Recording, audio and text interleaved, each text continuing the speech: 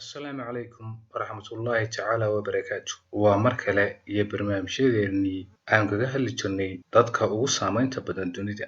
Haddaba, barnaamijkan waxaan kusoo qaadan doonaa laacibka caanka ah Mohamed Salax ee u dhashay dalka Masar, kaasoo lagu soo daray liiska 100 qof ee ugu saamaynta badan dunida, taasoo ay soo xulatay jariiradda Time. Haddaba, Mohamed Salax oo ka hadlay xaflad loo qabtay ayaa waxa uu sheegay taasoo uu ra'yigiisa ka dhiibtay taageerada uu hayo dumarka iyo sida uu xushmadeeyo. Waxaanu hadalkiisa ku bilaabay sida tan: weeraryahanka kooxda Liverpool Mohamed Salax ayaa sheegay in ragga ay dhaqanka wadaagaan iyo kuwa bariga dhexe looga baahan yahay inay si xushmad leh ula dhaqmaan dumarka. Xilli uu laacibkan ka mid noqday 100 qof ee ugu saamaynta badan caalamka ee ay soo xulatay jariiradda Time, laacibkan oo da'diisu tahay 26 jir una dhashay dalka Masar ahna nin si wanaagsan ugu dhaqma diinta Islaamka ayaa ka mid noqday 6 qof ee sawirradooda loogu daabacada badan yahay dunida. 6 qof ee sawirradooda lagu soo daabacay bogga hore ee jariiraddaas oo ka soo baxda dalka Mareykanka, waxaana waraysi lala yeeshay uu uga hadlay xuquuqda dumarka. Waxaana uu yidhi laacibku: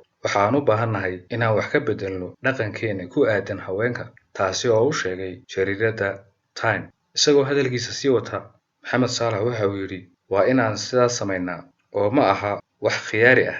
Waxa uu intaa ku daray: waxaan u taageeraa dumarka si ka badan sidii aan horey ugu taageeri jiray, waayo waxaan dareensanahay inay u mudan yihiin wax badan waxa hadda la siiyo. Haddaba, waxa Salax liiskaasi ku weheliyey dad caan ah oo ay ka mid yihiin madaxweynaha Mareykanka Donald Trump, ra'iisul wasaaraha Pakistan Imran Khan, aasaasaha Facebook Mark, xaaska madaxweynihii hore ee Mareykanka Michelle Obama, iyo fanaaniinta kale ah Ariana Grande iyo Lady Gaga. Dadka ku soo baxay liiska ayaa loo kala qaybiyey shakhsiyaad horseed ah, fanaaniin, hogaamiyeyaal, kuwa caan baxay, iyo shakhsiyaad aad muhiim u ah oo uu ka mid yahay Mohamed Salax. John Oliver oo ah majaajilayste u dhashay Ingiriiska, daadihiyana barnaamijka Last Week Tonight, isla markaana taageero weyn u ah kooxda Liverpool, ayaa maqaal kooban oo uu uga hadlayo Salax ku qoray jariiradda. Waxaana uu yidhi sidan: Mo Salax waa bini aadan ka wanaagsan laacibka uu yahay, waxaana uu ka mid yahay laacibiinta ugu wanaagsan caalamka. Mohamed Salax waa qof muhiim u ah masaarida dadka Liverpool iyo muslimiinta dunida oo dhan, sidaa ay tahayna waa nin isla aanay ku jirin, dadkana ka fekera oo aad u qosol badan. Mohamed Salax ayaa June 2017 Liverpool uga soo biiray kooxda Roma, waxaana xilli ciyaareedkiisii ugu horreeyay uu kooxdiisa u dhaliyay 44 gool. Xilli ciyaareedkan oo ay Liverpool dadaal weyn ugu jirto hanashada horyaalka Ingiriiska markii ugu horreysay tan iyo 1990, ayaa Salax waxa uu dhaliyay 19 gool Premier League ah. Dadku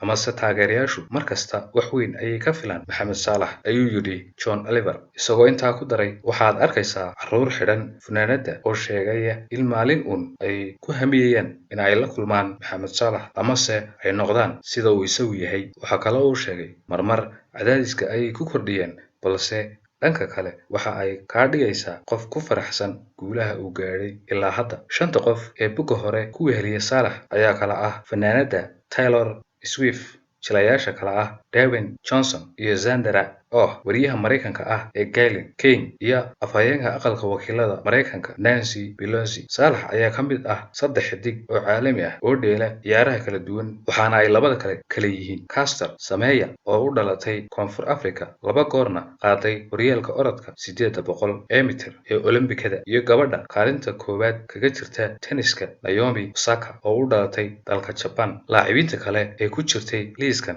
oo u dhashay Mareykanka ayaa kala ah LeBron James oo caan ku ah kubadda kolayga ee NBA, Tiger Woods oo golofka ciyaara, iyo laacibka kubadda cagta ee Alex Morgan. Haddaba daawadayaal, barnaamijkeenan oo aan kaga hadalnay ciyaaryahanka caanka ah ee u dheela kooxda Liverpool ee ka dhisan dalka Ingiriiska ahna koox weyn oo caanka ah dunida, hanatay oo ku guuleysatay horyaallo fara badan sida Premier League, Champion iyo koobab kale oo caan ah, ayaa uu laacibkani udub dhexaad u yahay. Sidoo kale waxa uu caan u yahay ama uu caan ka yahay dunida ciyaaraha. Haddaba daawadayaal, barnaamijkeena waxaan kusoo gabagabayn doonaa intaa. Haddii uu ku qanciyey, fadlan subscribe, share, comment, like, adigoo mahadsan. Assalaamu calaykum waraxmatullaahi tacaala wabarakaatu.